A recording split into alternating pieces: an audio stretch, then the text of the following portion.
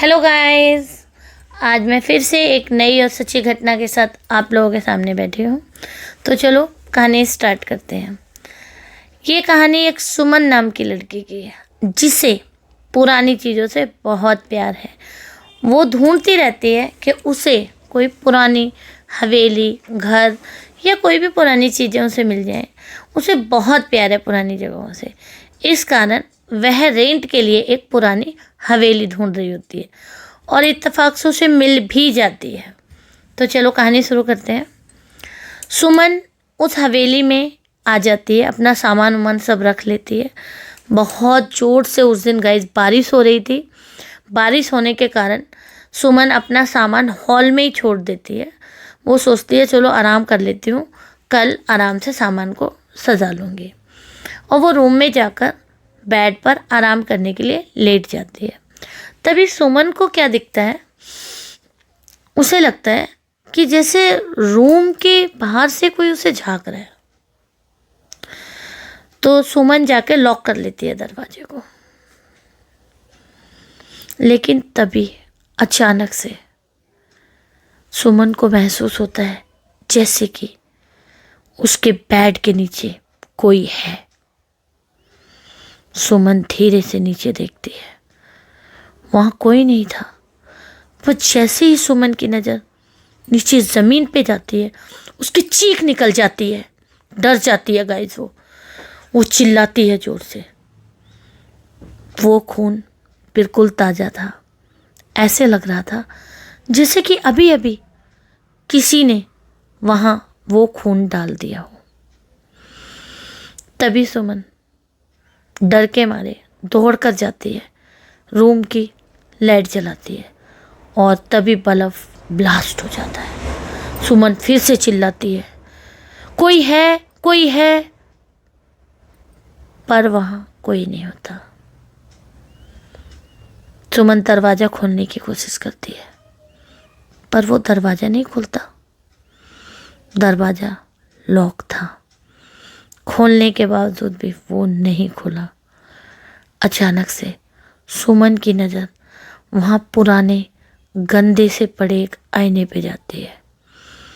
सुमन देखती है कि उस आईने में वो नहीं दिख रही थी, बल्कि उसकी जो परछाई थी वो अलग से ही रिएक्ट कर रही थी। अपनी गर्दन घुमाना, अपनी आंखें चलाना, एक अजीब सी हरकतें। वो खुद का गला खुद दबा रही थी। उसकी आंखें एकदम काली थी। उसके अंदर की आंखें जैसे किसी ने निकाल ली हों, ऐसी दिख रही थी गाइस। बहुत डरावनी। सुमन डरते डरते पीछे हो जाती है। उसे ऐसा महसूस होता है जैसे जो दरवाजे के अंदर लेडीज थी वो धीरे धीरे उसकी तरफ बढ़ रही है। उसकी एक लंबी चोटी है और वो समझ चुकी थी कि वो कोई लेडीज नहीं, वो पिशाचिनी है। पिशाचिनी जो लोगों का खून पीती है। बरसों से खून पीने का काम पिशाचिनियों का होता है। सुमन इसलिए जानती थी ये सब क्योंकि उसे बहुत ज़्यादा बुकें, भूतिया स्टोरी और पुरानी हवेलियों की नॉलेज रखती थी। वो बहुत डर गई। धीरे धीरे वो पिशाचिनी शीशे से बाहर आ रही थी। टक टक टक टक की आवाज़ चलती हुई आ रही थी। पिशाचिनी की लंबी चोटी और नोकीले दांत और उसकी काली आंखें जो बिल्कुल जेड ब्लैक थी। जैसी पिशाचिनी निकलती है वो एकदम नीचे गिरती है। सुमन चिल्लाती है। पिशाचिनी के लंबे पैर और हाथ होने के बावजूद भी वो जमीन पे सिरक रही थी, नाक की तरह सिरक रही थी। तभी उसने अपने लंबे हाथ से सुमन की गर्दन पकड़ ली। सुमन चिल्लाई, बचाओ बचाओ, पर वहां कोई बचाने वाला नहीं था।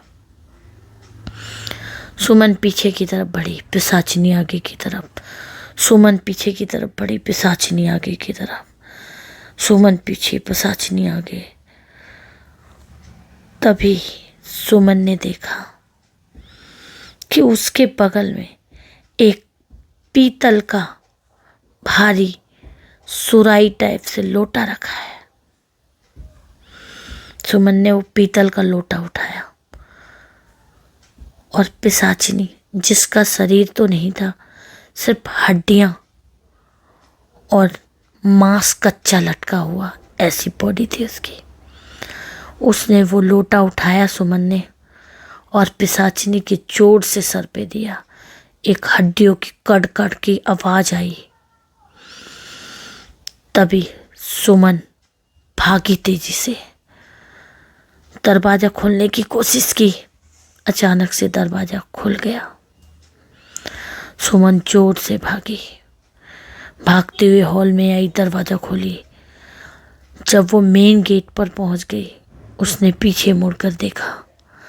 पिशाचिनी दीवार पर छिपकली की तरह चिपक कर आगे बढ़ रही थी।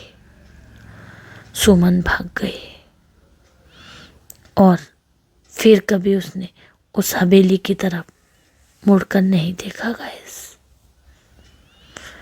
तो गाइस, पता नहीं कि आप लोग इन चीज़ों पे यकीन करेंगे या नहीं, लेकिन जिन लोगों के साथ ये घटनाएं घटती हैं गाइस, उन लोगों को यकीन करना पड़ता है।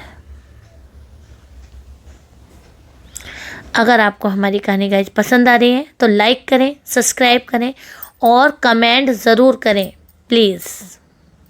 बाय।